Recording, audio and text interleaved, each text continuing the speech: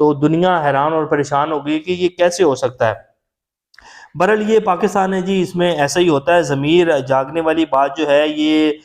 بڑی اوکھی ہے پاکستان میں، خاص طور پہ جو سسٹم کا حصہ ہے نا لوگ، وہ ان کا ضمیر تو جی بڑی مشکل ہی ہے جاگتا ہے، اور جن کا کوئی جاگتا ہے ان کو سافٹ ویئر میں ڈال کے ان کے سسٹم کو جو ہے وہ دوبارہ سے ٹھیک کر دیا جاتا ہے، اور وہ کہتے ہیں کہ جی میں تو نیند میں تھا، یا شاید میں پگلا گیا تھا جس کی وجہ سے میں نے یہ بیان دے دیا، تو میں آپ سے معذرت چاہتا ہوں،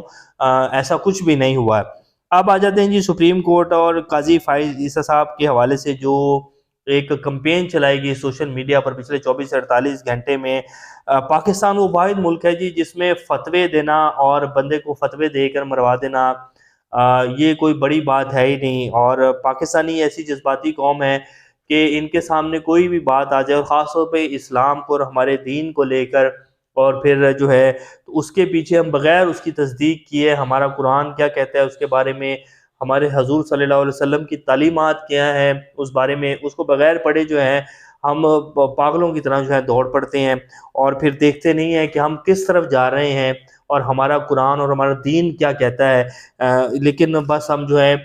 دیوانہ وار بھاگتے ہیں، اور پھر جو آتا ہے سامنے اس کو رون ڈالتے ہیں۔ تو یہی پرسوں جو ہے پچھلے 24 سے 48 گھنٹے میں سوشل میڈیا کے اوپر ہوا کہ وہ فیصلہ آیا اور اس فیصلے کو کمپلیٹ نہیں پڑھا گیا، اور اس کے بعد جو ہے ایک بے طوفان بدتمیزی سوشل میڈیا کے اوپر شروع ہوئی، اور چیف جسٹس صاحب کے حوالے سے یہ تک کہہ دیا گیا کہ جی انہوں نے قادیانیوں کا جو ہے وہ ساتھ دے دیا، اور وہ قادیانی ہیں، پتہ نہیں کیا کیا کچھ جو ہے ان کے حوالے سے سوشل میڈیا کے اوپر کہا گیا۔ اب وہ سارا فیصلہ آپ کے سامنے پڑھ کے رکھتے ہیں کہ کیا وہ فیصلہ تھا، کس حوالے سے تھا۔ سپریم کورٹ نے جی 6 فروری کے اس فیصلے پر جو ہے ایک اپنا پراپر وہ بیان جاری کیا، جس کو لے کر جو ہے کل پرسوں سے ایک پروپیگنڈا چل رہا تھا، خاص طور پہ کل سے تو بہت زیادہ چل رہا تھا۔ اس میں عدالت نے محض 2019 کے ایک مقدمے میں 2021 کے قانون کی دفعات لگانے کو غلط قرار دیا تھا۔ 2019 میں ایک مقدمہ درج ہوا تھا جس میں 2021 کے قانون کی دفعات لگانے کو غلط قرار دیا گیا۔ جب ایک قانون 2021 میں بنا، 2019 میں جو کام ہوا وہ اس ٹائم گناہ نہیں تھا، یا وہ اس ٹائم جرم نہیں تھا۔ جب قانون بنا 2021 میں تب وہ جو ہے جرم قرار پایا، تو اس میں پھر وہ اس کی دفعات لگتی ہی نہیں ہے۔ یہ تھوڑا سا ٹیکنیکل سا پوائنٹ تھا جس کو لے کے شتر بے مہار شروع ہو گیا سوشل میڈیا کے اوپر۔ 2021 کا قانون ایک ایسی کتاب پر لاگو کیا جا رہا تھا جو 2019 میں شائع ہوئی تھی۔ قانون اس بات کی اجازت نہیں دیتا کہ کسی شخص کو کسی ایسے جرم پر سزا دی جائے جس کا جب ارتکاب کیا گیا تو وہ جرم نہیں تھا۔ اب یہ بڑی وہ ہے لائن آپ نے سنی ہے کہ قانون اس بات کی اجازت نہیں دیتا کہ کسی ایسے شخص کو کسی ایسے جرم پر سزا دی جائے جس کا جب ارتکاب کیا گیا تب وہ جرم نہیں تھا۔ اگر پابندی کی شکار کتاب کی اشاعت اور تقسیم پر قانون لگایا بھی جائے تو اس جرم کی سزا 6 ماہ تھی، جبکہ جس شخص پر قانون لگایا جا رہا تھا وہ پہلے ہی 13 ماہ سے جیل میں ہے۔ سپریم کورٹ نے پابندی کی شکار کسی کتاب کی اشاعت اور تقسیم کی اجازت نہیں دی، جبکہ سوشل میڈیا کے اوپر یہ چلایا گیا کہ جی سپریم کورٹ نے پابندی کی شکار جو کتاب ہے، جو کہ قادیانیوں کی کتاب ہے، اس کی اشاعت اور جو ہے اس کو جاری کرنے کا جو ہے کہہ دیا گیا کہ جی آپ اس کی اشاعت کر سکتے ہیں، اور سپریم کورٹ کہہ رہا ہے کہ جی ہم نے کسی ایسی چیز کی اجازت نہیں دی۔ سپریم کورٹ نے یہ ہدایات اور تجویز بھی دی تھی کہ ایسے حساس معاملات پر بہت احتیاط کے ساتھ قانون اور اسلام کی روح کے مطابق عمل درآمد کرنا چاہیے۔ تو یہ جی وہ تمام وہ مقدمہ تھا جو کہ 2019 میں ایک بندے کو پکڑا گیا، جبکہ اس جو کتاب اس ٹائم انہوں نے شائع کی اس حوالے سے تب کوئی قانون نہیں بنا ہوا تھا، اور اس میں اس کو جو سزا بھی دے دی گئی، 13 ماہ سے وہ بندہ جیل میں بھی ہے۔ 2021 کا قانون جو ہے اب اس کے اوپر لگا کے اس کو دوبارہ سے سزا دی جا رہی تھی، تو وہ جب چیف جسٹس صاحب کے سامنے آیا تو انہوں نے یہ ریمارکس دی، اور یہ اس کا فیصلہ ہے۔ لیکن پھر سوشل میڈیا کے اوپر تو جو کچھ شروع ہوا وہ آپ سب لوگوں نے سنا ہی ہوگا۔ قاضی فائز عیسیٰ صاحب نے یہ جب ہو چکا یہ سارا معاملہ جو سوشل میڈیا کے اوپر اور جو کچھ ان کے بارے میں کہا، تو انہوں نے آج ایک اسپیشل مقدمے میں پھر اپنے بندے کو وضاحت تو دینی پڑتی ہے نا کہ نہیں یار اس کو آپ اس سائڈ کے اوپر مت لے کے جائیں۔ تو انہوں نے باقاعدہ آج جو ہے وہ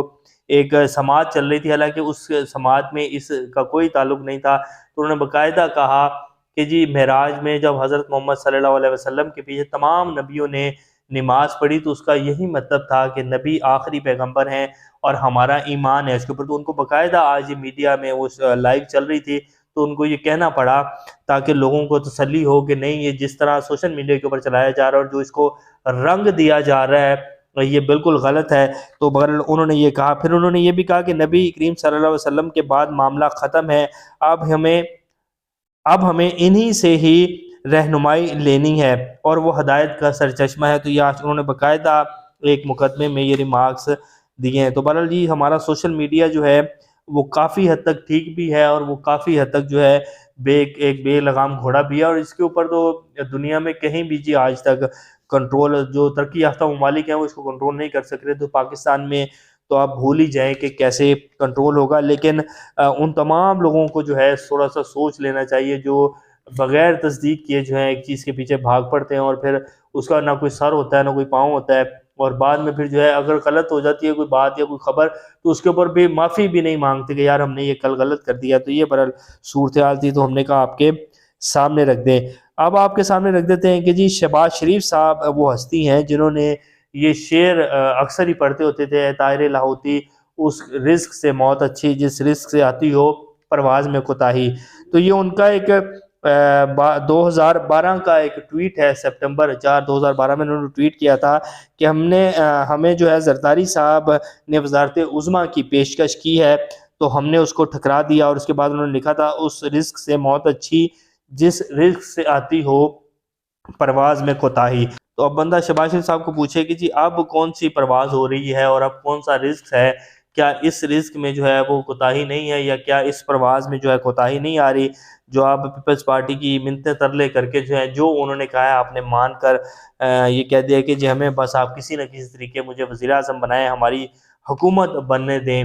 تو یہ جی برحال یہ ہماری حکومت بننے جا رہی ہے، اور یہ پاکستان کی اس ٹائم کچھ تازہ ترین صورتحال ہے۔ دعا کی جا سکتی ہے، اللہ پاکستان کا ہمیں ناصر، ابھی تک کے لیے اتنے، اپنا خیال رکھیے گا، اللہ حافظ۔